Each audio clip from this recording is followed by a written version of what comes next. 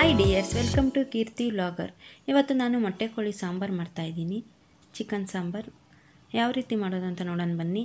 ಮೊದಲು ನಾನು ಚಿಕನ್ ತಗೊಂಡಿದ್ದೀನಿ, ಮೊಟ್ಟೆ ಕೋಳಿದು. ನೆಕ್ಸ್ಟ್ ನಾವು ಇದನ್ನು ಕುಕ್ಕರ್ಗೆ ಎಣ್ಣೆ ಹಾಕಿ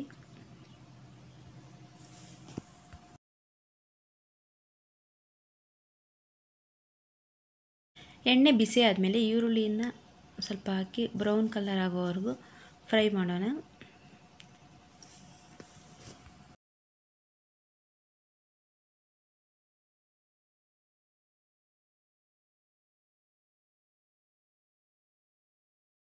ಈರುಳ್ಳಿ ಬ್ರೌನ್ ಆದಮೇಲೆ ನೆಕ್ಸ್ಟ್ ನಾವು ಚಿಕನ್ನ ಕ್ಲೀನಾಗಿ ತೊಳೆದಿಟ್ಕೊಂಡಿರೋಂಥ ಚಿಕನ್ನ ಇದಕ್ಕೆ ಸೇರಿಸಿ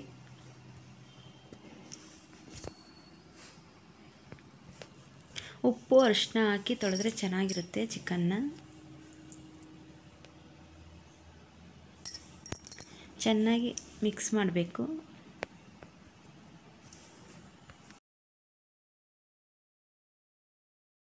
ಚೆನ್ನಾಗಿ ಮಿಕ್ಸ್ ಮಾಡಾದಮೇಲೆ ರುಚಿಗೆ ತಕ್ಕಷ್ಟು ಉಪ್ಪು ಹಾಗೆ ಸ್ವಲ್ಪ ಮಿಕ್ಸ್ ಮಾಡೋಣ.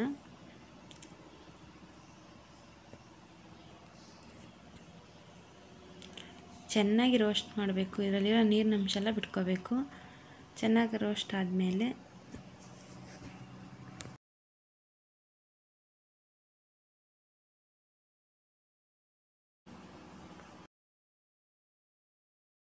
ಅರಿಶಿನ ಸೇರಿಸಿ ಮಿಕ್ಸ್ ಮಾಡೋಣ.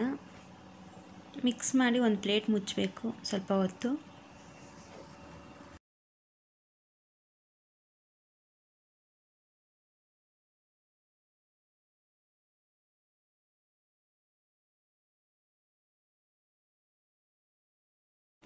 ಇಲ್ಲಿ ನೋಡ್ಬೋದು ಚೆನ್ನಾಗಿ ರೋಸ್ಟಾಗಿ ನೀರು ಬಿಟ್ಟಿದೆ.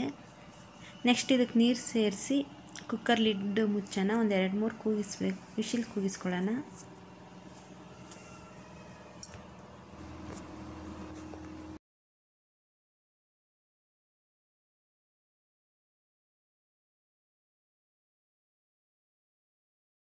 ಇವಾಗ ಮಸಾಲೆಗೆ ಈರುಳ್ಳಿ, ಬೆಳ್ಳುಳ್ಳಿ, ಶುಂಠಿ, ಕೊತ್ತಂಬರಿ ಸೊಪ್ಪು, ಪುದೀನ, ಚಕ್ಕೆ, ಲವಂಗ, ಮೆಣಸು, ಕಾಯಿ ತುರಿ ಇಷ್ಟನ್ನು ತಗೊಂಡಿದ್ದೀನಿ. ನೆಕ್ಸ್ಟ್ ಬಾಣಲಿಗೆ ಎಣ್ಣೆ ಹಾಕಿ ಈರುಳ್ಳಿ ಕಂದು ಬಣ್ಣ ಬರೋವರೆಗೂ ಫ್ರೈ ಮಾಡೋಣ.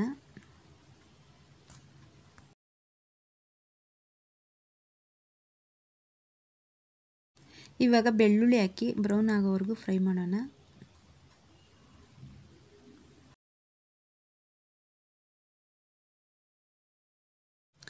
ಇವಾಗ ಸ್ವಲ್ಪ ಶುಂಠಿ ಹಾಕಿ ಹಸಿ ವಾಸನೆ ಹೋಗೋವರೆಗೂ ಫ್ರೈ ಮಾಡಬೇಕು. ನೆಕ್ಸ್ಟ್ ಹಂಗೆ ಚಕ್ಕೆ, ಲವಂಗ, ಮೆಣಸು ಇದನ್ನು ಸ್ವಲ್ಪ ಫ್ರೈ ಮಾಡಿ. ನೆಕ್ಸ್ಟ್ ಕೊತ್ತಂಬರಿ, ಪುದೀನ ಇದನ್ನು ಸ್ವಲ್ಪ ಫ್ರೈ ಮಾಡಿ ತಣ್ಣಗಾಗಲು ಬಿಡೋಣ.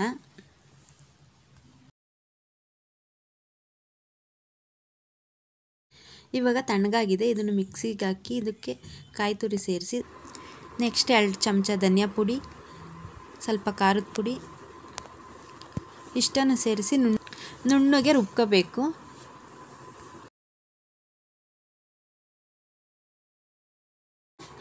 ಇಲ್ಲಿ ನೋಡ್ಬೋದು ಚಿಕನ್ ಬೆಂದಿದೆ. ಇದಕ್ಕೆ ರುಬ್ಬಿರೋಂಥ ಮಸಾಲೆನ ಸೇರಿಸಿ ಚೆನ್ನಾಗಿ ಕುದಿಸಬೇಕು.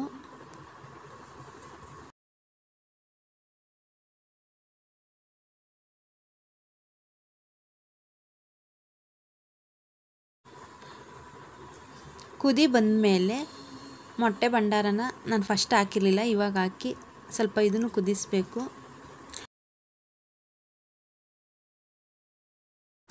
ಕೊನೆಗೆ ಕೊತ್ತಂಬರಿ ಸೊಪ್ಪು, ಪುದೀನ ಸೊಪ್ಪು ಉದುರಿಸಬೇಕು.